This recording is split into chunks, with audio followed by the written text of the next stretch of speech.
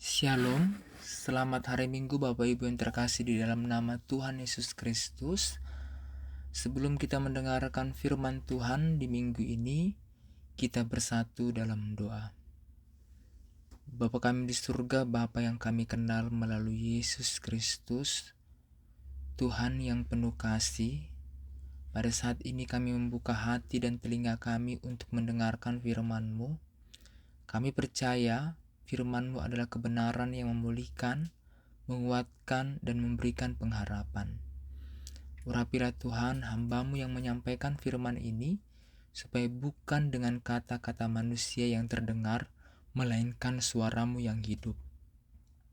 Bukalah Tuhan hati kami, agar kami tidak hanya menjadi pendengar, tetapi juga pelaku firman-Mu. Hanya dalam nama Yesus, Sang Pemulih hidup kami berdoa. Amin. Bapak Ibu yang terkasih dalam nama Tuhan Yesus Kristus, adapun tema di minggu ini yaitu Tuhan memulihkan umat-Nya. Tuhan memulihkan umat-Nya.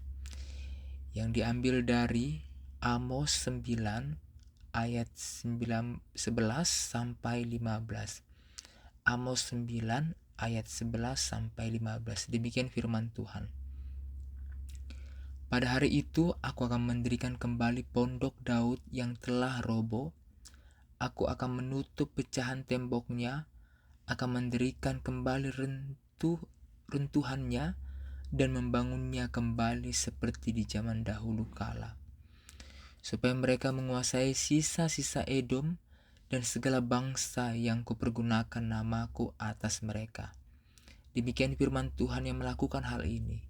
Sesungguhnya waktu akan datang, demikianlah firman Tuhan, bahwa pembajak akan tetap mengikuti penuai, dan penggirik buah anggur menaruh benih. Gunung-gunung akan meniriskan anggur baru, dan segala bukit akan kebanjiran. Aku akan memulihkan kembali umatku Israel. Mereka akan membangun kota-kota yang sudah sunyi, lalu mendiaminya. Mereka akan menanami kebun-kebun anggur, lalu minum anggurnya. Mereka akan membuat kebun-kebun, lalu makan buahnya. Maka aku akan menanam mereka di tanah mereka, dan mereka tidak akan dicabut lagi dari tanah yang telah kuberikan kepada mereka. Firman Tuhan Allah. Bapak Ibu yang terkasih dalam nama Tuhan Yesus Kristus, firman Tuhan sangat luar biasa di hari Minggu ini, yang dari kitab Amos sering disebut sebagai kitab penghakiman. Amos bernubuat kepada bangsa Israel yang saat itu hidup dalam kemakmuran ekonomi, tetapi lalai secara rohani. Mereka menindas orang miskin, menyalahgunakan keadilan, dan beribadah hanya secara lahiriah. Di dalam pesan Amos ini sangat keras dan tajam, penuh dengan teguran dan ancaman. Namun di penghujung kitabnya, tepatnya dalam Amos 9 ayat 11 sampai 15, kita mendapati nada yang sangat berbeda, yaitu adalah janji pemulihan. Tuhan tidak berhenti pada murka, tetapi menutup nubuat Amos dengan adanya pengharapan. Inilah Injil dari Perjanjian Lama. Allah yang adil adalah juga Allah yang setia dan penuh dengan kasih. Bapak Ibu terkasih dalam nama Tuhan Yesus Kristus, jika kita melihat di ayat 11, yaitu pada hari itu aku akan mendirikan kembali pondok Daud yang telah roboh. Pondok Daud yang melambangkan kerajaan Allah yang tampak rapuh dan runtuh. Di sini Bapak Ibu kita bisa melihat Israel sebagai umat Allah yang tampak gagal. Tetapi Bapak Ibu, Allah berjanji membangunnya kembali, menutup celahnya, mendirikan runtuhannya. Ada janji restorasi yang sangat total di tempat ini. Di ayat 12 kita bisa melihat supaya mereka menguasai sisa-sisa Edom. Pemulihan ini bukan hanya untuk Israel, tetapi juga bersifat universal. bangsa-bangsa lain pun akan ikut mengalami berkat Allah. Janji pemulihan melampaui batas etnis menunjuk pada karya Mesias. Selanjutnya di ayat yang ke-13, maka datanglah waktunya. Ayat ini menggambarkan berkat yang melimpah. Ketika musim panen dan musim menanam bertumpang tindih, artinya Bapak Ibu, ada berkat begitu sangat deras sehingga panen tidak pernah berhenti. Tuhan memberikan kelimpahan yang mustahil secara manusia. Demikian juga Bapak Ibu di ayat 14, aku akan memulihkan kembali umatku Israel. Pemulihan itu nyata. Mereka membangun kota, menikmati anggur dan kebun mereka. Tuhan memberikan kedamaian dan sukacita. Bukan sekedar kelimpahan materi, tetapi juga ada shalom, ada damai yang hidup, yang utuh. Bapak Ibu terkasih, di ayat yang terakhir, di ayat 15. Aku akan membuat mereka tertanam di tanah mereka. Pemulihan ini bersifat yang sangat kekal dan tak tergoyahkan karena berasal dari janji Tuhan sendiri. Demikian Bapak Ibu, apa yang menjadi pokok dalam isi maksud firman Tuhan khotbah di minggu ini. Yang pertama adalah pemulihan lahir dari kasih setia Allah, bukan usaha manusia. Israel yang hancur karena dosa, tetapi pemulihan datang hanya karena anugerah Tuhan. Kita pun Bapak Ibu tidak bisa memulihkan diri kita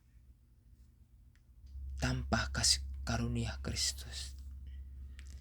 Yang kedua Bapak Ibu, pemulihan yang meluas bukan hanya untuk umat pilihan, tetapi juga bangsa-bangsa lain. Dalam perjanjian baru nubuat ini digenapi dalam Yesus Kristus. Melalui Dialah semua bangsa menerima berkat keselamatan. Itu sudah ditekankan di dalam Kisah Para Rasul 15 ayat 16 sampai 17. Bahwasanya nubuatan ini digenapi dalam Yesus Kristus. Melalui Dialah semua bangsa menerima berkat keselamatan. Selanjutnya yang ketiga yang kita dapat adalah pemulihan membawa sukacita dan kelimpahan rohani. Gambaran panen yang tak putus-putus adalah simbol hidup yang berbuah sangat lebat, penuh damai sejahtera. Dan yang keempat adalah pemulihan Allah itu pasti dan kekal. Berbeda dengan pemulihan dunia yang sangat sementara.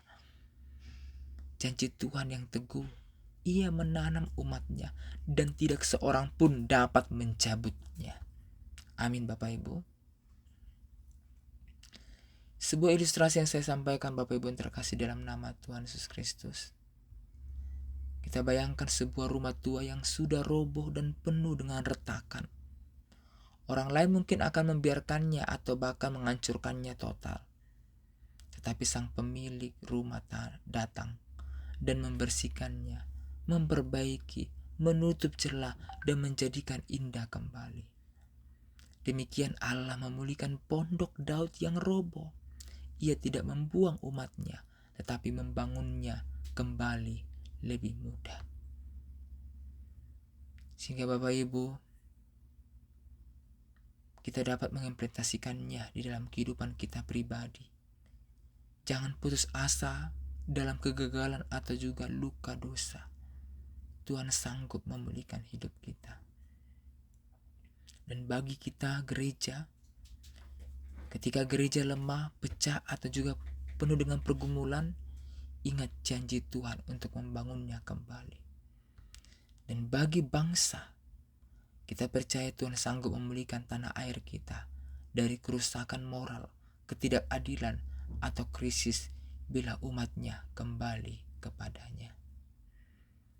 Sehingga Bapak Ibu yang terkasih, Allah kita adalah Allah yang menghukum dosa, tetapi sekaligus Allah yang memulihkan dengan kasih-Nya. Melalui Kristus Yesus nubuat Amos digenapi. Mari kita datang kepada Dia yang sanggup membangkitkan yang roboh, menutup celah, dan menegakkan kembali hidup kita. Amin. Bapa kami yang penuh rahmat, terima kasih Tuhan atas firman yang baru saja kami dengar dari kitab Amos. Engkaulah Allah yang bukan hanya menghukum dosa, tetapi juga membangkitkan yang roboh, menutup celah, dan memulihkan umat-Mu. Biarlah firman ini menjadi harapan di dalam hati kami, bahwa di tengah kelemahan dan pergumulan, Engkau selalu setia membangun hidup kami kembali. Pulihkanlah Tuhan keluarga kami, gereja kami, dan bangsa kami, supaya nama-Mu dimuliakan. Tanamkanlah kami kokoh dalam kasih dan anugerah-Mu, agar kami tidak pernah tercabut lagi di hadapan-Mu. Semuanya ini kami serahkan hanya dalam nama Tuhan Yesus Kristus, Sang Juru Selamat dan Pemulih hidup kami. Amin.